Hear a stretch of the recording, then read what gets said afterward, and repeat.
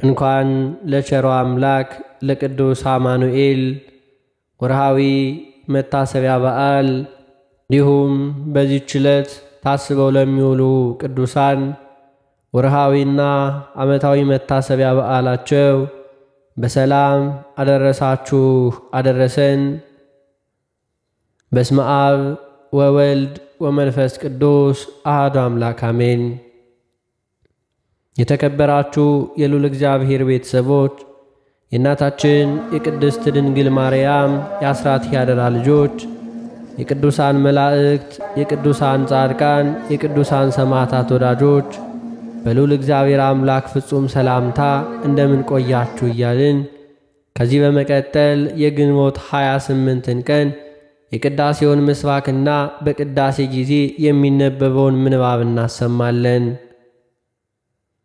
መዝሙር 31 ቁጥር 18 በድፍረትና በትዕቢት በመናቅም በጻድቅ ላይ የሚናገሩ የሽንገላ ከንፈሮች ድዳ ይሁኑ።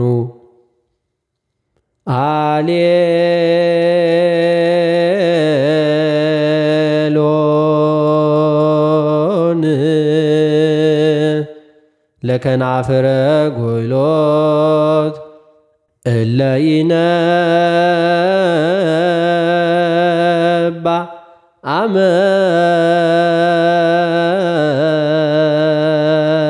አመፃ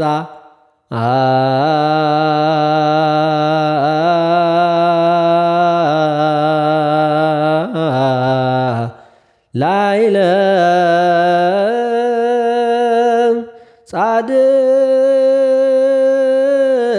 ጻድቅ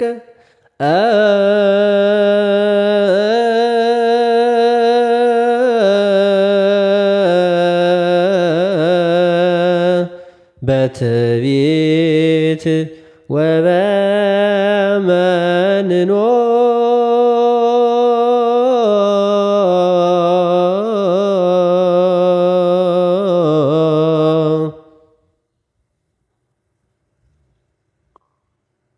በግንቦት 28 ቀን በቅዳሴ ጊዜ የሚነበብ የመጀመሪያው ምንባብ የሐዋርያው የቅዱስ ጳውሎስ መልእክት ወደ ቆሮንቶስ ሰዎች አንደኛ ቆሮንቶስ ምዕራፍ 7 ቁጥር 29 እስከ ፍጻሜ። ቃሉም እንዲህ ይላል። ዳሩ ግን ወንድሞች ሆይ ይህንን እናገራለሁ፣ ዘመኑ አጭር ሆኗል። ከእንግዲህ ወዲህ ሚስቶች ያሏቸው እንደሌላቸው ይሁኑ፣ የሚያለቅሱም እንደማያለቅሱ፣ ደስ የሚላቸውም ደስ እንደማይላቸው፣ የሚገዙም ምንም እንደሌላቸው፣ በዚህችም ዓለም የሚጠቀሙ በሙሉ እንደማይጠቀሙባት ይሁኑ። የዚህች ዓለም መልክ አላፊ ነውና። ነገር ግን ያለ ሐሳብ ልትኖሩ እወዳለሁ። ያላገባው ጌታን እንዴት ደስ እንደሚያሰኘው የጌታን ነገር ያስባል። ያገባው ግን ሚስቱን እንዴት ደስ እንደሚያሰኛት የዓለም ነገር ያስባል፣ ልቡም ተከፍሏል። ያገባች ሴትና ድንግል በሥጋም በነፍስም እንዲቀደሱ የጌታን ነገር ያስባሉ። የተጋባች ግን ባሏን እንዴት ደስ እንደምታሰኘው የዓለምን ነገር ታስባለች። ይህንም ለራሳችሁ ጥቅም እላለሁ፣ በአጠገብ እንድትኖሩ ሳትባክኑም በጌታ እንድትጸኑ ነው እንጂ አጠምዳችሁ ብዬ አይደለም። ነገር ግን ማግባት ወደሚገባው ዕድሜ በደረሰ ጊዜ ስለ ድንግልናው ያፈረ ሰው ቢኖር የወደደውን ያድርግ፣ ኃጢአትም የለበትም፣ ይጋቡ። ሳይናወጥ በልቡ የጸና ግን ግድ የለበትም፣ የወደደውን እንዲፈቅድ ተፈቅዶለታል። ድንግልናውን በልቡ ይጠብቅ ዘንድ ቢጸና መልካም አደረገ። እንዲሁም ድንግልን ያገባ መልካም አደረገ፣ ያላገባ የተሻለ አደረገ።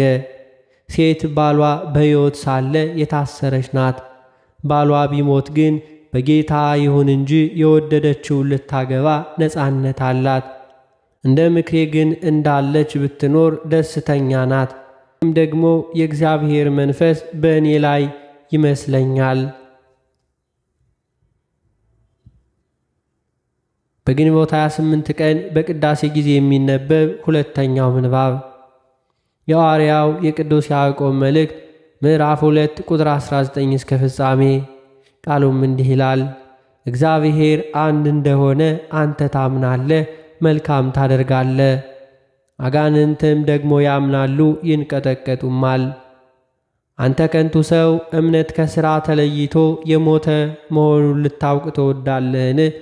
አባታችን አብርሃም ልጁን ይስሐቅን በመሠዊያው ባቀረበ ጊዜ በሥራ የጸደቀ አልነበረምን? እምነት ከሥራው ጋር አብሮ ያደርግ እንደነበር በሥራም እምነት እንደተፈጸመ ትመለከታለህን? መጽሐፍም አብርሃምም እግዚአብሔርን አመነ፣ ጽድቅ ሆኖ ተቆጠረለት ያለው ተፈጸመ፣ የእግዚአብሔርም ወዳጅ ተባለ። ሰው በእምነት ብቻ ሳይሆን በሥራ እንዲጸድቅ ታያላችሁ። እንደዚሁ ጋለሞታይቱ ረዓብ ደግሞ መልእክተኞቹን ተቀብላ በሌላ መንገድ በሰደደቻቸው ጊዜ በሥራ አልጸደቀችምን? ከነፍስ የተለየ ሥጋ የሞተ እንደሆነ እንዲሁ ደግሞ ከሥራ የተለየ እምነት የሞተ ነው። በግንቦት 28 ቀን በቅዳሴ ጊዜ የሚነበብ ሦስተኛው ምንባብ የሐዋርያት ሥራ ምዕራፍ 5 ቁጥር 1 እስከ ቁጥር 12። ቃሉም እንዲህ ይላል። ሐናንያም የተባለ አንድ ሰው ሰጲራ ከተባለች ከሚስቱ ጋር መሬት ሸጠ። ሚስቱም ደግሞ ስታውቅ ከሽያጩ አስቀረና እኩሌታውን አምጥቶ በሐዋርያት እግር አጠገብ አኖረው። ጴጥሮስም ሐናንያ ሆይ መንፈስ ቅዱስን ታታልልና ከመሬቱ ሽያጭ ታስቀር ዘንድ ሰይጣን በልብህ ስለምን ሞላ? ሳትሸጠው ያንተ አልነበረምን? ከሸጥከውስ በኋላ በሥልጣንህ አልነበረምን? ይህን ነገር ስለምን በልብህ አሰብህ? እግዚአብሔርን እንጂ ሰውን አልሸወድክም አለው። ሐናንያም ይህን ቃል ሰምቶ ወደቀ፣ ሞተም። በሰሙት ሁሉ ላይ ታላቅ ፍርሃት ሆነ። ጎበዞችም ተነስተው ከፈኑት፣ አውጥተውም ቀበሩት። ከ3 ሰዓት ያክል በኋላ ሚስቱ የሆነውን ሳታውቅ ገባች። ጴጥሮስም መልሶ እስቲ ንገሪኝ፣ መሬታችሁ ይህን የሚያክል ሸጣችሁትን አላት። እርሷም አዎን ይህን ለሚያህል ነው አለች። ጴጥሮስም የጌታን መንፈስ ትፈትኑ ዘንድ ስለምን ተስማማችሁ? እነሆ ባልሽን የቀበሩት ሰዎች እግር በደጅ ነው፣ አንቺንም ያወጡሻል አላት።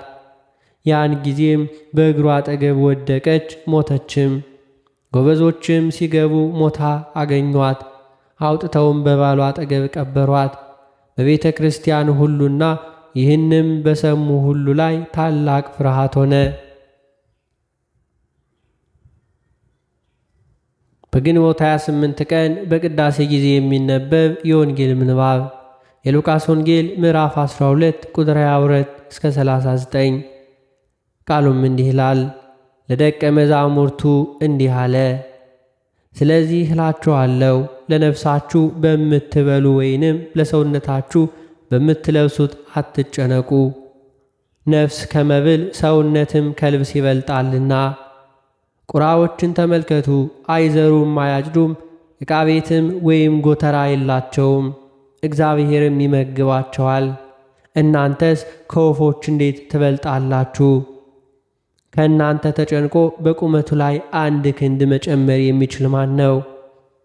እንዲህ ትንሹ ነገርስ እንኳ የማትችሉ ከሆነ ስለምን በሌላ ትጨነቃላችሁ? አበቦችን እንዴት እንደሚያድጉ ተመልከቱ። አይደክሙም አይፈትሉምም። ነገር ግን እላችኋለሁ ሶሎሞንስ እንኳ በክብሩ ሁሉ ከእነዚህ እንደ አንዲቱ አልለበሰም። እግዚአብሔር ግን ዛሬ ያለውን ነገም ወደ እቶን የሚጣለውን በሜዳ የሆነውን ሳር እንዲሁ የሚያለብሰው ከሆነ እናንተ እምነት የጎደላችሁ እናንተንማ ይልቁን እንዴት! እናንተም የምትበሉትን የምትጠጡትን አትፈልጉ፣ አታወላውሉም። ይህንስ ሁሉ በዓለም ያሉ ሕዝብ ይፈልጉታልና የእናንተም አባት ይህ እንደሚያስፈልጋችሁ ያውቃል። ዳሩ ግን መንግሥቱን ፈልጉ፣ ይህም ሁሉ ይጨመርላችኋል። አንተ ታናሽ መንጋ መንግሥትን ሊሰጣችሁ የአባታችሁ በጎ ፈቃድ ነውና አትፍሩ። ያላችሁን ሽጡ፣ ምጽዋትን ስጡ። ሌባ በማይቀርብበት ብልም በማይጠፋበት በሰማይ የማያልቅ መዝገብ የሚሆኑትን የማያረጁትንም ኮረጆዎች ለራሳችሁ አድርጉ። መዝገባችሁ ባለበት ልባችሁ ደግሞ በዚያ ይሆናልና። ወገባችሁ የታጠቀ መብራታችሁም የበራ ይሁን። እናንተም ጌታቸው መጥቶ ደጁን ሲያንኳኳ ወዲያው እንዲከፍቱለት ከሰርግ እስኪመለስ ድረስ የሚጠብቁ ሰዎችን ምሰሉ። ጌታቸው በመጣ ጊዜ ሲተጉ የሚያገኛቸው እነዚህ ባሪያዎች ብፁዓን ናቸው። እውነት እላችኋለሁ ታጥቆ በማዕድ ያስቀምጣቸዋል፣ ቀርቦም ያገለግላቸዋል።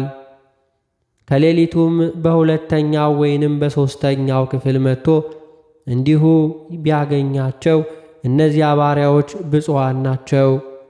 ስለ ቃሉ የጌታችን የአምላካችን የመድኃኒታችን ኢየሱስ ክርስቶስ ስሙ የከበረና የተመሰገነ ይሁንልን።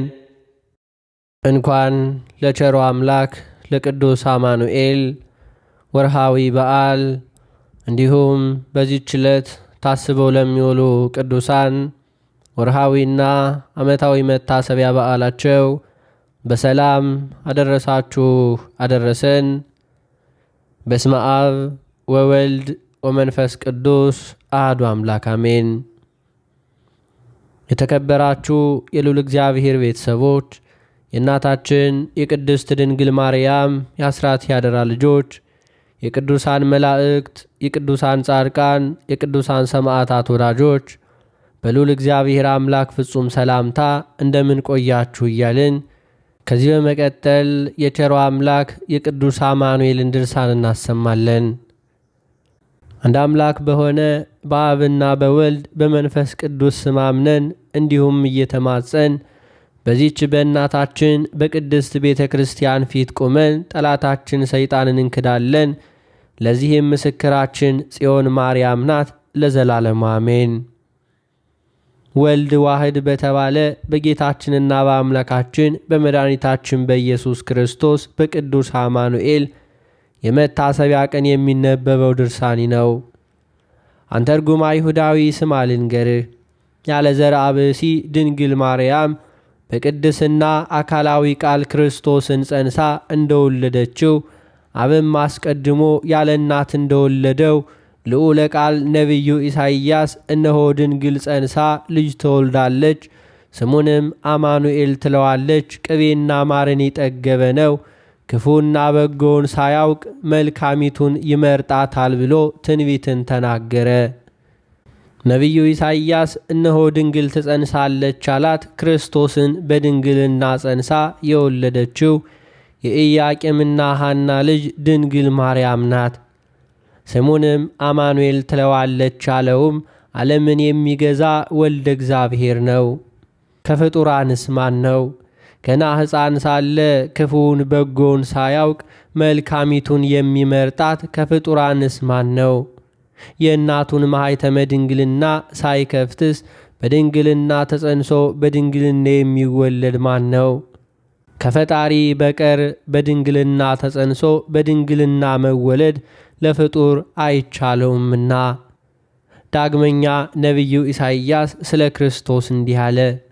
እግዚአብሔርም አለኝ የምጽፍበት ወረቀት ወስደ ብዝበዛ ቸከለ ምርኮን ፈጠነ ብለ በውስጥ በሰውም ብዕር ጻፍበት። የታመነ ሰው አርአያና የበራኪው ልጅ ዘካርያስን አዳኝባቸው። ትንቢት ወደምትናገር ሴትም ሄድሁ፣ ጸንሳም ወንድ ልጅ ወለደች። እግዚአብሔርም አለኝ ብዝበዛ ቸኮለ ምርኮ ፈጠነ ብለህ ስሙንም ሰይመው። ሕፃኑ አበመ ማለት ሳያውቅ ከፋርሱ ንጉሥ ፊት የደማስቆን ኃይል ወስዶ የሶርያን ምርኮ ይከፋፍላልና። አባማ ብሎ አባቱና እናቱን መጥራትን ሳያውቅ የደማስቆን ሰራዊት በብዝበዛ ከፋርስ ንጉሥ ፊት የሶርያን ምርኮ የሚከፍል ወደኛ መጥቶ ባህሪያችን ከተዋሃደው ከመድኃኒታችን ኢየሱስ ክርስቶስ በቀር ከፍጡራን የትኛው ሕፃን ነው? ዳግመኛ ነቢዩ ኢሳይያስ ስለ ጌታችን መድኃኒታችን ኢየሱስ ክርስቶስ ልደት እንዲህም አለ። ሕፃን ተወለደልን፣ ልጅም ተሰጠን፣ በጫንቃውም ላይ አለቅነት አለው። ስሙም አብየ ምክር፣ የሰላም አለቃ ይባላል። ለአለቆች ሰላምን አመጣለሁና ሕይወትም የእርሱ ነው፣ ጌትነትም በፊቱ አለ፣ ለሰላሙም ፍጻሜ የለውም። መንግሥቱም በዳዊት ዙፋን ትጸናለች። ዓለምን በመሃል እጁ ከያዘው ከጌታችን ከኢየሱስ ክርስቶስ በቀር አለን? እንዲሁም አለቃነት በጫንቃው ላይ ያለ ሕይወትስ የእርሱ የሆነ የትኛው ሕፃን ነው? ነቢዩ ኢሳይያስ ከእመቤታችን ከቅድስት ድንግል ማርያም ከእናቱ ስለ ኢየሱስ ክርስቶስ መወለድ ዳግመኛ እንዲህ አለ። ከእሴይ ሥር በትር ትወጣለች፣ ከግንዱም አበባ ይወጣል። እግዚአብሔርን መፍራት መንፈስ፣ የጥበብና የእውቀት መንፈስ፣ የኃይልና የምክርም መንፈስ፣ የማስተዋልና የጽድቅ መንፈስ በእርሱ ላይ ያርፋል። በፍርድም እንዲሁ አያዳላም፣ በክፉ ነገርም አይከራከርም፣ በእውነት ይፈርዳል እንጂ። በምድር የከበሩትን ይዘልፋቸዋል፣ በአፉ ቃልም ምድርን ይገርፋታል። የአንደበቱ ፍርድም ኀጢአተኛውን እንዲሁ ያጠፋዋል። ወገቡም እውነትን ይታጠቃል። ተኩሎች ከበጎች ጋር ይሰማራሉ፣ ነብሩም ከፍየሎች ጋር ያድራል፣ ላሙም ከአንበሳው ጋር ይሰማራል። ታናሽ ብላቴና ይጠብቃቸዋል። አንበሳው እንደ ላም ገለባ ይቅማል፣ ታናሽ ብላቴናም እጁን በእባብ ጉድጓድ ውስጥ ይጨምራል፣ የሚነካውም የሚጎዳውም ነገር የለም። በመቅደሴ ዙሪያ በማንም ላይ ጉዳት ማድረስ አልችልም። ብዙ ውሃ ወንዙ እስኪሞላ እግዚአብሔርን ማወቅ በሁሉ ላይ ሞልቷልና። አንተ አይሁዳዊ ነቢዩ ኢሳይያስ የተናገረውን ትንቢት ሁሉ ከእግዚአብሔር ከኢየሱስ ክርስቶስ ልደት በኋላ እንደተናገረ ስማ ልንገርህ። የኢሳይያስን ትንቢት ሁሉ በጆሮአችን ሰምተን በዓይናችን አይተናል።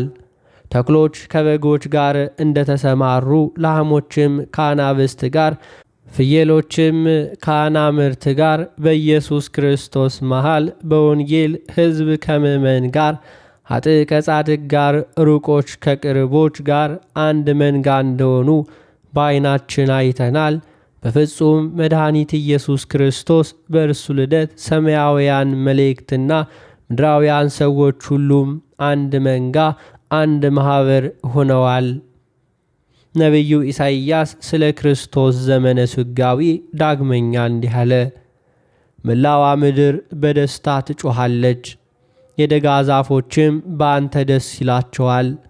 ነቢዩ ኢሳይያስ በርጉም ሄሮድስ ክፋት ምክንያት ስለ ጌታችን ኢየሱስ ክርስቶስ ወደ ምድረ ግብፅ መሰደድ ዳግመኛ ትንቢት ተናገረ። እነሆ እግዚአብሔር በፈጣን ደመና ተጭኖ ወደ ምድረ ግብፅ ይወርዳል አለ።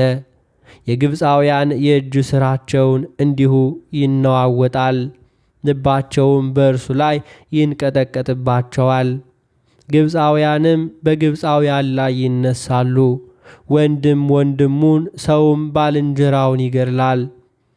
ነቢዩ ኢሳይያስ እነሆ እግዚአብሔር በፈጣን ደመና ተጭኖ ወደ ምድረ ግብፅ ይወርዳል ብሎ ትንቢት የተናገረውም ጌታችን ኢየሱስ ክርስቶስ በእውነት በፈጣን ደመና ተጭኖ ወደ ምድረ ግብፅ ወርዷልና። ፈጣን ደመና ያላት በጀርባዋ አዝላ በክንዷ ታቅፋ ወደ ምድረ ግብፅ ይዛው የተሰደደችው እርሷ እመቤታችን ቅድስት ድንግል ማርያም ናት። የግብፃውያን የእጅ ሥራቸው ይነዋወጣል ያለውም ጌታችን ኢየሱስ ክርስቶስ በድንግል ማርያም ጀርባ ታዝሎ ወደ እነርሱ በተሰደደ ጊዜ በእውነት የግብፃውያን መልእክቶቻቸው ተነዋውጠዋል፣ ጣዖቶቻቸው ተሰባብረዋል። ነቢዩ ኢሳይያስ ስለ ክርስቶስ ዘመነ ሥጋዌና ትንሽ ብላቴና ሳለ ወደ ምድረ ግብፅ ስለ መሰደዱ ዳግመኛ ትንቢት ተናገረ። በግብፅ አውራጃ አንዲት ሀገር የእግዚአብሔር መሠዊያ ትሆናለች አለ። በግብፅ ሀገር የእግዚአብሔር ምልክት ለዘላለም ይደረጋል። ግብፃውያን ከሚከቧቸው ጠላቶቻቸው የተነሳ ወደ እግዚአብሔር ይጮኻሉ፣ የሚታደጋቸውም ሰው ይልክላቸዋል። እውነትን ፈርዶ የሚታደግ ኢየሱስ ክርስቶስ ነው። የእግዚአብሔር መሠዊያ የተባለችውም የሐዋርያው የቅዱስ ማርቆስ መንበር ቅድስት እስክንድርያ ናት። የእግዚአብሔር ምልክት የተባለችው የግብፅና የኢትዮጵያ ቤተ ክርስቲያን ናት። ነቢዩ ኢሳይያስ ስለ ኢየሱስ ክርስቶስ ዳግመኛ እንዲህ አለ። የምናገረውን አውቅ ዘንድ ጌታ እግዚአብሔር የጥበብ አንደበትን እንዲሁ ይሰጣል። እኔ አምላክነቴን አልክድም፣ በሐሰትም አልፈርጅም። ጀርባዬን ለግርፋት ፊቴንም በጥፊ ለመመታት ሰጠው። ምራቅንም ከማፈሬ የተነሳ ፊቴን አልመለስኩም። ጌታ እግዚአብሔር አምላክም ረዳት የሆነኝ፣ ስለዚህ አላፈርኩም። ፊቴንም እንደ ጽኑ አለት አደረግሁ፣ እንደማላፍር አወቅሁ። አምላክነቴን የሚመሰክርልኝ መጥቷልና አምላክ አይደለህም ብሎ የሚከራከረኝ ማን ነው? እነሆ እግዚአብሔር ይረዳኛል፣ በእኔ ክፉ የሚያደርግ ማን ነው? አንተ አይሁዳዊ ስማ እስኪያስረዳኝ፣ ጀርባውን ለግርፋት ፊቱን ለጥፊ የሰጠ ማን ነው? ምራቅን ተጸይፎ ፊቱን ያልመለሰ ማን ነው? የክርስቶስ ወገኖች እኛ ግን ጌታችን አምላካችንና መድኃኒታችን ኢየሱስ ክርስቶስ ጀርባውን ለግርፋት ፊቱን በጥፊ ለመመታት እንደሰጠ እናምናለን። ነቢዩ ኢሳይያስ ስለ ጌታችን ኢየሱስ ክርስቶስ መምጣትና መወለድ፣ መሰቀልና መሞት ዳግመኛ እንዲህ አለ። አቤቱ ምስክርነታችንን ማን ይቀበለናል? የእግዚአብሔር ሥልጣኑ ለማን ተገለጠ? ነገራችን በእነርሱ ፊት እንደ ሕፃን ነው፣ እንዲሁ በተጠማች ምድርም እንዳለ ስር ነውና። መልክ የለውም ውበትም የለውም፣ መልኩም ከሰው ሁሉ የተናቀ ነው። የተገረፈና መከራ የተቀበለ ሰው ነው። እርሱ ኃጢአታችንን ተሸከመ፣ ስለ እኛ መከራ ተቀበለ። እኛም መከራ የተቀበለ የተገረፈውን አየነው። እርሱ ግን ስለ ኃጢአታችን ቆሰለ፣ ስለ በደላችንም መከራ ተቀበለ። የሰላማችን ምልክት እርሱ ነው። በእርሱ ቁስል እኛ ተፈወስን። እረኛ እንደሌላቸው በጎች ስንቅበዘበዝ ኖረናልና። እንደ በግ ሊታረድ መጣ። በሚሸልተው ሰው ፊት እንደማይናገር በግ በጦር በሚወጉት ሰዎች ፊት አፉን አልገለጠም። ስለ ወገኖች ኃጢአት ለሞት ደረሰ። ክፉዎችን ስለ መቃብሩ፣ ባለጸጎችንም ስለ ሞቱ ሰጣቸው። እርሱም ኃጢአትን አላደረገም፣ በአንደበቱም ሐሰት አልተገኘበትም። እርሱ ለሞት ተላልፎ ተሰጠ፣ እርሱ ከኃጢአተኞች ጋር ተቆጠረ። የብዙዎችን ኃጢአት እርሱ ይደመስሳል፣ ስለ ኃጢአታቸውም ለሞት ተላልፎ ተሰጠ። ያልወለደች መካን ደስ ይላታል፣ ምጥን የማታውቅም በምጥ ተይዛ ትጮኻለች።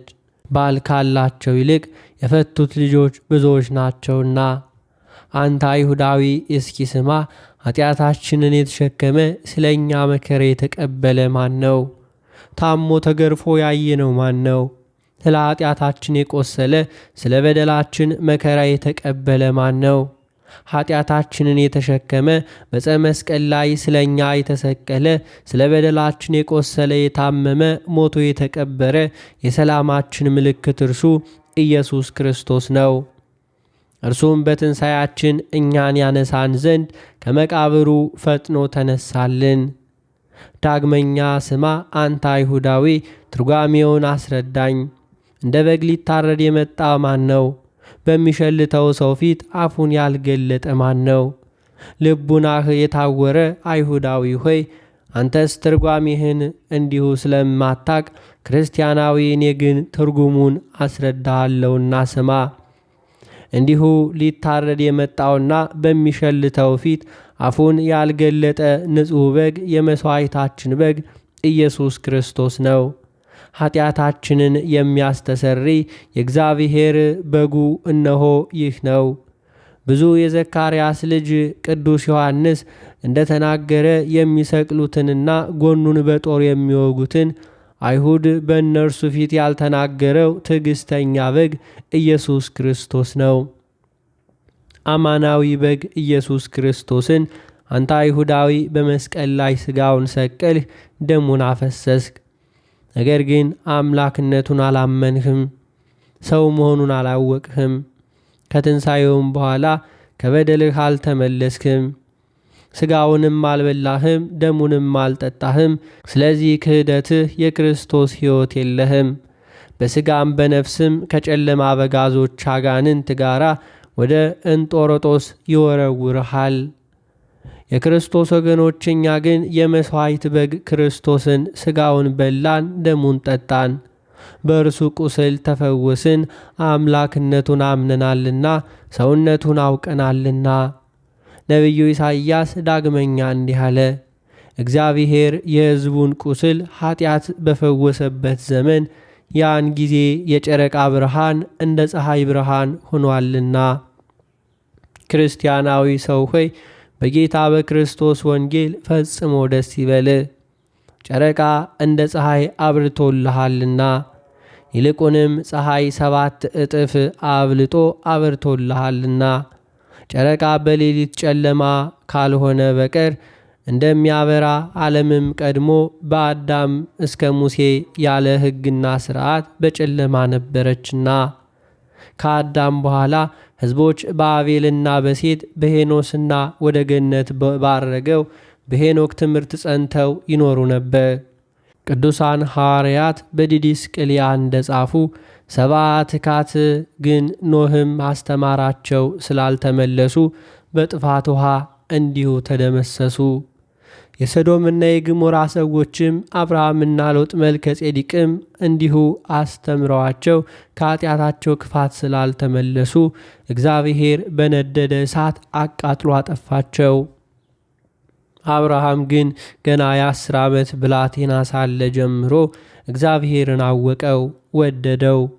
የአባቱ ቤት ጣዖትንም አቃጠለ፣ ወንድሙ አራንም በዚያ አቃጠለ። አብርሃምም ፈጣሪውን ያመልከው ዘንድ ከተወለደበት ምድር ወጣ፣ ከፈጣሪውም ጋር ቃል ኪዳን ገባ። በሥጋውም የግርዘት ሥርዓት አደረገ። ልጆቹ ይስሐቅና ያዕቆብ እንደ እርሱ እግዚአብሔርን እያመለኩ፣ ጻድቁ ኖህም ካረፈ በኋላ ከአብርሃምና ይስሐቅ ያዕቆብም ከጻድቁ ኢዮብም በቀር ከአሕዛብ ወገን እግዚአብሔርን የሚያመልከው አልተገኘም። አሳሳቹ ዲያብሎስ እየገዛት ዓለም በክህደት ጨለማ ነበረችና፣ ከአብርሃምና ከይስሐቅ ከያዕቆብም በኋላ በአሸናፊው እግዚአብሔር እጅ በሁለቱ ጽላት ላይ የተጻፉ የኦሪትን ትእዛዝ ቃላትንም እንዲሁ ነቢዩ ሙሴ ተቀበለ። እግዚአብሔርም ነቢዩ ሙሴን በደብረ ሲና በአምደ ደመና እንዲህ ብሎ ተናገረው። ከግብፅ ምድር ከግዛት ቤት ያወጣውህ ፈጣሪህ እግዚአብሔር እኔ ነኝ። በላይ በሰማይ ካለው በታችን በምድር ካለው ከእኔ በቀር ሌላ አምላክ አታምልክ። በሚጠሉኝ ላይ እስከ 3 እና 4 ትውልድ ድረስ የአባትን ኃጢአት በልጆች ላይ የማመጣ ቀናተኛ አምላክ ነኝና፣ ለሚወዱኝ ግን እስከ 1000 ትውልድ ድረስ ምሕረትን የማደርግ ነኝ። በፈጣሪህ በእግዚአብሔር ስም በሐሰት አትማል። ስሙን በሐሰት የሚያነሳውን እግዚአብሔር ከኃጢአት አያነጻውምና። የሰንበትን ቀን አስብ አክብር። 6 ቀንም ሥራ ሁሉ ግዳጅም ሁሉ ሥራ። 7ተኛይቱን ቀን ግን የፈጣሪ የእግዚአብሔር ሰንበት ናት። ምንም ሥራ አትስራባት። አንተም ብትሆን ወንድ ልጅህም ሴት ልጅህም የወንድ አገልጋይህም የሴት አገልጋይህም ቢሆኑ አህያህም በሬህም እንዲሁም እንስሳም ቢሆኑ በአንተ ዘንድ የሚኖር መጻተኛም ቢሆን እግዚአብሔር በ6ቱ ቀን ሰማይና ምድርን እንዲሁም በባህርና በውስጡ ያለውን ሁሉ ፈጥሮ በ7ተኛው ቀን አርፏልና፣ ስለዚህ እግዚአብሔር 7ተኛዋን ቀን ባረካት አከበራትም። ዳግመኛ ለአንተ በጎ ነገር ይደረግልህ ዘንድ ዕድሜህም በምድር ላይ እንዲረዝምልህ አባትህንና እናትን አክብር። ሰው አትግደል፣ አታመንዝር፣ አትስረቅ፣ በባልንጀራ ላይ በሐሰት አትመስክር። የባልንጀራህን ገንዘብ እርሻም ቢሆን ወንድ ሰራተኛም ሴት ሰራተኛም ቢሆን በሬውንም ቢሆን እንስሳውንም ቢሆን ሁሉ አትመኝ። ባልንጀራህን እንደ ራስህ አድርገህ ውደድ። እግዚአብሔር አምላክ ለነቢዩ ሙሴ ይህንን ሁሉ በደብረ ሲና በአምደ ደመና ላይ ሆኖ ነገረው። ሕዝቡ ግን የቃሉን ነጸብራቅ ብርሃኑን ያዩ እንዲሁም የነጋሪቱን ድምፅ ይሰሙ ነበር። ሕዝቡም ተራራው ሲጤስ አይተው ፈርተው ከግርጌው እንደዚሁ ርቀው ቆመው ነበር። ነቢዩ ሙሴም ከእግዚአብሔር እጅ የኪዳኑን ታቦት ተቀብሎ በሰማያት ባለችው ደብተራ ብርሃን አምሳል የኦሪት ድንኳን ሠራላት። ያችም ደብተራ ኦሪት የእመቤታችን የቅድስት ድንግል ማርያም ምሳሌ ናት። የ10ሩ ትእዛዛት ቃል በአሸናፊ ወልደ እግዚአብሔር ይመሰላል። ኦሪትስ እንደ ጨረቃ በሌሊት አበራች፣ በቀንም የምታበራ ፀሐይ ግን አልሆነችም። በኦሪት ፍጹም ሕይወት አልተሰጠምና ነፍሳትም ወደ ገነት አልገቡምና፣ ስለዚህ ኦሪት በሌሊት ጨለማ በምታበራ ጨረቃ ተመሰለች። የፀሐይ ብርሃን የተባለች ወንጌል ናት። የክርስቶስ ብርሃን ወንጌል ከጨረቃ ኦሪት ብርሃን ይልቅ 7 እጅ አብልጣ ለዓለም አብርታለችና፣ ስለዚህ ወንጌል በፀሐይ ብርሃን ተመሰለች። ነቢዩ ኢሳይያስ እንደተናገረ ፀሐይ በቀን ጨረቃም በሌሊት የሚያበራልሽ አይደለም። ፀሐይሽ አይጠልቅም፣ ጨረቃሽም አይጨልምም፣ ብርሃንሽ እግዚአብሔር ክብርሽም ፈጣሪሽም ነውና። ዳግመኛም ባለራእዩ ቅዱስ ዮሐንስ እንደተናገረ ሀገሪቱ ያበራላት ዘንድ ፀሐይና ጨረቃ እንዲሁ አትሻም፣ ብርሃኗ እግዚአብሔር አምላክ ነውና። አንተ ክርስቲያናዊ ሰው በሃይማኖት ለከበሩ ለክርስቲያን እግዚአብሔር በኦሪትና በነቢያት በወንጌልና በሐዋርያት እንደሚያበራላቸው አየህን? ጌታችን መድኃኒታችን ኢየሱስ ክርስቶስ ለአባቶቻችን ለሐዋርያት እንደነገራቸው የዓለም ብርሃን እኔ ነኝ፣ በብርሃን በእኔ መኑ፣ ጨለማ ሳያገኛችሁ በብርሃኑ ተመላለሱ፣ እነርሱንም እናንተ የዓለም ብርሃን ናችሁ፣ በጎ ሥራችሁንም አይተው የሰማይ አባታችሁን ያመሰግኑ ዘንድ ብርሃናችሁ በሰው ፊት የበራ ይሁን አላቸው። እርጉማን አይሁድ ግን በክህደት ጨለማ ይኖራሉ። ለእኛ ክርስቲያኖች ግን የክርስቶስ ብርሃን ሕይወት በራልን። 2 ጡቶች ባሏት ቅድስት ቤተ ክርስቲያን አዲስ ሥርዓት ተሠራልን። 2 ጡቶች የተባሉትም ኦሪትና ነቢያት ወንጌልና ሐዋርያት ናቸው። ከ2 ጡቶቿ ሙሽራዋ ቅድስት ቤተ ክርስቲያን ታጠባናለች። ህብስተ ሕይወት ሥጋውን ትመግበናለች፣ ደመ መለኮትን ታጠጣናለች። እግዚአብሔርም በውስጧ በምስጋናና በጸሎት አጽንቶ ዳግመኛ በዳግም ምጽአት ወደ መንግሥተ ሰማያት ያግባን ለዘላለሙ አሜን። የተከበራችሁ የልዑል እግዚአብሔር ቤተሰቦች፣ ከዚህ በመቀጠል በግንቦት 28 ቀን የሚነበበውን ስንክሳር እናሰማለን። በስመ አብ ወወልድ ወመንፈስ ቅዱስ አሐዱ አምላክ አሜን። አንድ አምላክ በሚሆን በአብ በወልድ በመንፈስ ቅዱስ ስም ግንቦት 28 በዚች ቀን አባ ጌርሎስና 45ቱ ልጆቹ በሰማዕትነት አረፉ። ደግሞም የከበሩ አባቶች የአብርሃም የይስሐቅና የያዕቆብ መታሰቢያቸው ነው። ለእግዚአብሔር ምስጋና ይሁን። እኛንም በከበሩ አባቶቻችን በጸሎታቸው ይማረን፣ በረከታቸውም ከእኛ ጋር ትኑር ለዘላለሙ አሜን። በዚህችም ዕለት ከአባ ጳግሚስ ገዳም አባ መርቆሬዎስ አረፈ። እንጦንዮስም እንዲህ አለ፣ ለእኔ ገዳም አለኝ፣ ይኸውም የወንድማችን የመርቆሬዎስ ዕረፍቱ ቀረበ እያሉ ወደ እኔ መነኮሳት የመጡት ነው። እኔም በረከቱን ለመቀበል ወደ እርሱ በሄድኩ ጊዜ ነፍሱ ከሥጋው ሳትለይ በተመስጦ ላይ አገኘሁት። ከመነኮሳቱ ጋር በእርሱ ዘንድ 3 ሌሊቶች ኖርን። በሦስተኛዋም ዕለት ነፍሱ ተመልሳ ዓይኖቹን ገለጠ። ባየንም ጊዜ ከእኔ ዘንድ ምን ሰበሰባችኋለን? እኛም የሆነውን ሁሉ ነገር ነውና ከዚህም በኋላ ያየውን እንዲነግረን ለመነው። ወደ እርሱም የሚያስፈራ ሰው መጥቶ ነፍሱን እንደወሰደ የኃጥአንን ስቃይ እንዳሳየው የጻድቃንንም ዋጋቸውና ተድላቸውን እንዳሳየው ነገረን። ከዚህ በኋላ ወዮ ብሎ በማልቀስ በግንባሩ ከምድር ላይ ተደፋ፣ እንዲህም አለን፣ ወንድሞቼ ሆይ ወደ ጸራሂት ገዳም ወደ አባ ጊዮርጊስ ማደሪያ ሂዱ። ከእኔ ጋር የነበረውን መልአከ መርቆሬዎስን መልሳችሁ በትንሽ ሰዓት ውስጥ ሲጋደል ይኖረ ጊዮርጊስን አምጡት ሲል ሰምቸዋለሁና።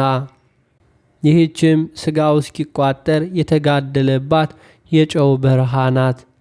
ወንድሞች መነኮሳትም በሄዱ ጊዜ ሙቶ አገኙት። ወደዚያ ገዳምም አምጥተው ቀበሩት። ይህም ወንድም መርቆሬዎስ እንደ ደረቀ እንጨት እስኪሆን ሥጋውን እጅግ አሰቃየ።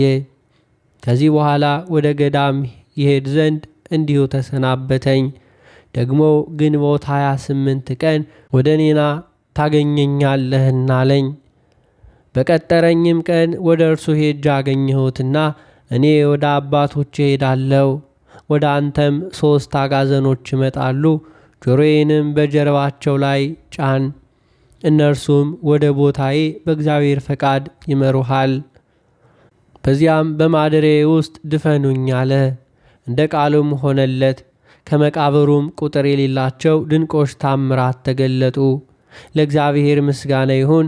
እኛንም በጻድቁ በመርቆሬዎስ ጸሎት ይማረን፣ በረከቱም ከእኛ ጋር ትኑር ለዘላለሙ አሜን። በዚችም ዕለት ተጋዳይ የሆነች ዓለምን ንቃ የተወች አባ ዳንኤል ስለ እርሷ እንደተናገረ የዓለምን ፍላጎት ሁሉ ድል እየነሳች ቅድስት ዓመተ ክርስቶስ አረፈች። እንዲህም አለ። በበረሃም ሳለው በሌሊት ተነስቼ በጨረቃ ብርሃን ተጓዝኩ። በተራራ ላይም የተቀመጠ ሰውንም አየው። ጠጉሩንም ሁለንተናውን እንዲሁ ሸፍኖታል።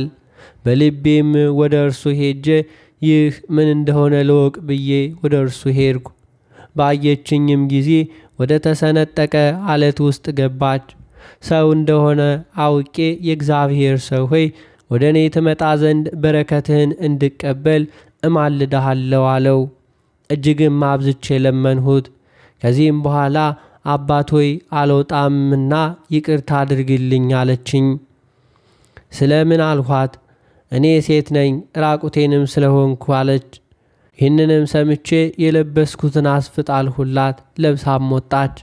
በአንድነትም ጸለይን። ከዚህ በኋላ እህቴ ሆይ ከዚህ ዓለም ወደዚህ ስለ መውጣትሽ ይህንን የተሰነጠቀ አለት እንዴት እንዳገኘሽ ንገሪኝ አልኋት። እርሷም እንዲህ ብላ መለሰችልኝ። በወላጆቼ ቤት ድንግል ሆኜ በኢየሩሳሌም የምኖር እኔ ነኝ።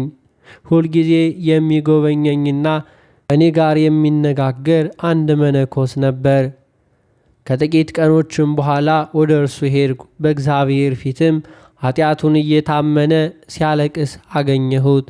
ደጁንም ባንኳኳው ጊዜ አልከፈተልኝም። እየተጸጸተ ለቅሶንም አበዛ እንጂ። በዚያን ጊዜ በልቤ እንዲህ አልኩ፣ እኔስ ስለ ጉስቁልናዬና ስለ ኀፍረቴ የማላለቅስና የማልጸጸት ለምንድን ነው? ወደ ማደሪያዬም ፈጥኜ ሄድኩ። ማቅ ለበስኩ፣ በዘንቢልም ሽምብራ በጽዋ ውሃም ያዝኩ። በክብር ባለቤት ጌታችን ኢየሱስ ክርስቶስ መቃብር ዘንድ እንዲህ ብዬ ጸለይኩ። አቤቱ ጽኑ ኃያል፣ ለዘላለሙ ድንቅ የሆንክ፣ የጠፉትን የምታድን፣ የወደቁትን የምታነሳ፣ ወደ አንተ የሚጮሁትን የምትሰማ፣ የታመመችብህ እንዲሁ ባሪያህን ታድናት ዘንድ ይቅርታህን ምሕረትህን ላክ። ከግንባር ድሃ የሆንኩ ባሪያህን ጎብኘኝ፣ ንስሐዬንም ተቀበል። ለረጅም ዘመን ስንቅ የሆነኝ ዘንድ ይህን ሽምብራና ይህን የጽዋ ውሃ ባርከው። ስለ ነፍሴ ድህነት ያሰብኩትን እንዳላቃልል ለሆዴ ምግብ ስለሚያሻኝ ከዚህም በኋላ ነፍሴን በእግዚአብሔር ላይ በመጣል ወጥቼ ወደ በረሃ ሄድኩ። እስከ ኤርትራ ባህር ደረስኩ። ከዚህም በኋላ በረሃ መጥቼ ይህን የተሰነጠቀ አለት አገኘው። ይህ እግዚአብሔር ያዘጋጅልኝ መሮኔዬ ነው አልኩ። እነሆ በዚህ በረሃ ውስጥ 38 ዓመት ሆነኝ። ያለ አንተ ሰው አላየሁም። ይህንም የዘንቢል ሽምብራና የጽዋ ውሃ 38 ዓመት ከእርሳቸው ስመገብ አልጎደለም። ልብሴ ግን አለቀ። ይህ ቦታ ስለ ልብስ መከለያ ይሆነኛል። የበረሃ ፀሐይ ትኩሳትም አላስቸገረኝም። ቁር ቢሆንም በዕድሜ ዘመን ሁሉ አላስጨነቀኝም። ከዚህ በኋላ ከዘንቢል ካለው ሽምብራ እንድመገብ ማለደችኝ። ከሽምብራውም በኋላ ከውሃው ጠጣው፣ ነገር ግን አልጎደለም። እግዚአብሔርንም አመሰገንሁ። ልብሴንም እንዲሁ ልተውላት ወደድሁ። እርሷም ከዚህ የተሻለ አምጣልኝ ብላ ይህንም ቢያለችኝ። ከዚህ በኋላ ከእርሷ ዘንድ ሄድኩ። ወደ ገዳም ደርሼ ስለ እርሷ ለአበምኔቱ ነገርኩት። እርሱም 2 ልብስ ያለው ለሌለው አንዱን ይስጥ ብሎ ጮኸ። ፈቃደኛ የሆኑም አመጡለት። ያን ጊዜ ሄድኩ። እንዲሁ ለዓመተ ክርስቶስ አልሰጣትም። ብዙ ደከምኩ። እርሷንም በመፈለግ ዞርኩ፣ አላገኘኋትም። ከጥቂት ቀኖችም በኋላ አረጋውያን ወደ እኔ መጡ። እንዲህም አሉኝ፣ ወደ ኤርትራ ባህር የሚወስደውን መንገድ ያዝን። እንዲሁ በጣኔዎስ በረሃ ስንጓጓዝ ከዋሻ ዘንድ ሴት ተቀምጣ አይተን እንዲሁ ከእርሷ በረከት ተቀበልን። ሮጥን፣ ሸሽታ ከዋሻው ገባች። ወደ ዋሻውም አፍ ቀረብን፣ ነገር ግን አላየናትም። ሽምብራ በዘንቢል ውሃም በጽዋ አግኝተን በላን፣ ጠጣን። ያን ጊዜ አለቀ። እስከ ንጋትም አደርን። በነጋም ጊዜ በረከቷን ለመቀበል ቅድስቲቱን ፈለግናት። ሙታም አገኘናት። ጠጉሯም ስጋዋን ሁሉ ሸፍኗል። በዚያም ሰገድን። በባቷም ውስጥ ቀበርናት። የዋሻውንም አፍ በድንጋይ ዘጋን። የቅድስቲቱን በረከት እንድንቀበል አድሎናልና እግዚአብሔርን እያመሰገን ወደ ባታችን ገባን። በሰማውም ጊዜ አስቀድሜ ያገኘኋት እንደሆነች አወቁ። የነገረችኝንም ሁሉ ነገርኋቸው። ጠላት ዲያብሎስን ድል ያደርገው ዘንድ ክፉ አጋንንትንም ደካማውንም ድሃውንም የሚረዳ የተመሰገነ እግዚአብሔርን ፈጽሞ አመሰገን። ለእግዚአብሔር ምስጋና ይሁን። እኛንም በዚህች ቅድስት ጸሎት ይማረን፣ በረከቷም ከእኛ ጋር ይኑር ለዘላለሙ አሜን። በዚህችም ዕለት የቅዱስ ኤጲፋንዮስ ሥጋ ወደ ቆጵሮስ ደረሰ። ይህም እንዲህ ነው። ቅዱስ ዮሐንስ አፈወርቅ ወደ መንበረ ሲመቱ እንደማይደርስ ትንቢት እንደተናገረበት ወደ ቆጵሮስ ሳይደርስ እንዲሁ በመርከብ ውስጥ ሳለ ግንቦት 16 ቀን አረፈ። ባረፈም ጊዜ በመርከብ ጭነው ወደ ቆጵሮስ ከተማ ደረሱት። እንዲሁ ካህናቱም ሕዝቡም ሁሉ መጡ። ከእነርሱም ጋር ወንጌሎች፣ መስቀሎች፣ መብራቶችና ማዕጠንቶችን ይዘው ነበር። የሐዋርያት ጉባኤ በታላቂቱ ቤተ ክርስቲያን እስኪያደርሱ በዝማሬና በማሕሌት እስከሚገቡበት ጸሎት ሁሉ ያመሰገኑ ሥጋውን ተሸከሙ። ካህናቱም መቃብሩን በቤተ ክርስቲያን ውስጥ ሊያዘጋጁ ወደዱ። ቀድሞ ስለ ክፉ ሥራቸው ቅዱስ ኤጲፋንዮስ አውግዟቸው የነበሩ 2 ዲያቆናት ተቃወሟቸው። ስለዚህ 40 ቀን ተቀመጠ። ነገር ግን ሽታው እንደ ሙታኖች ሽታ አልተለወጠም፣ እንዳንቀላፉ ሰዎች ሆነ እንጂ። ከዚህም በኋላ አንድ ደግ ዲያቆን ወደ ቅዱሱ ሥጋ ቀርቦ አባቶይ በእግዚአብሔር ዘንድ አንተ ባለሟልነት እንዳለህ እኔ ያውቃለሁ። ብትፈቅድስ ክፎች ተቃዋሚዎችን ልታሸንፋቸው ትችላለህ አለ። የቅዱስ ኤጲፋንዮስንም እጁን ይዞ ምድሩን መታባት። በዚያንም ጊዜ 2ቱ ዲያቆናት በግንባራቸው ተደፉ፣ ለሞትም ደረሱ። ወደ ቤታቸውም ወስደዋቸው ሞቱ። ቅዱስ ኤጲፋንዮስንም ካህናቱ በሚጣፍጡ ሽቶዎች ገነዙት። በከበሩ ልብሶችም ጠቅለው ከከበረ ድንጋይ በተሰራ ሳጥን ውስጥ ጨምረው በቤተ ክርስቲያን ውስጥ ቀበሩት። ደግሞ በሕይወቱ ሳለ እንደሚሰራው እንዲሁ በሥጋውም ድንቅ ታምራቶች ተገለጡ። ለእግዚአብሔር ምስጋና ይሁን፣ እኛንም ይማረን፣ በረከቱም ከእኛ ጋር ትኑር ለዘላለሙ አሜን። በዚችም ዕለት የአባ ስንጣ የሰማዕታት አጋቦስም መታሰቢያቸው ነው። በረከታቸው ከእኛ ጋር ትኑር ለዘላለሙ አሜን። አነሳስቶ ላስጀመረን አስጀምሮ ላስፈጸመን ለጌታችን ለአምላካችን ለመድኃኒታችን ለኢየሱስ ክርስቶስ ክብርና ምስጋና ይገባዋል፣ ዛሬም ዘወትርም ለዘላለሙ አሜን። አባታችን ሆይ በሰማያት የምትኖር፣ ስምህ ይቀደስ፣ መንግሥትህ ትምጣ፣ ፈቃድህ በሰማይ እንደሆነች እንዲሁም በምድር ትሁን። የዕለት እንጀራችንን ስጠን ዛሬ፣ በደላችንንም ይቅር በለን እኛም የበደሉትን ይቅር እንደምንል፣ አቤቱ ወደ ፈተናም አታግባን ከክፉ ሁሉ አድነን እንጂ መንግሥት ያንተ ናትና፣ ኃይል፣ ክብር፣ ምስጋና ለዘላለሙ አሜን።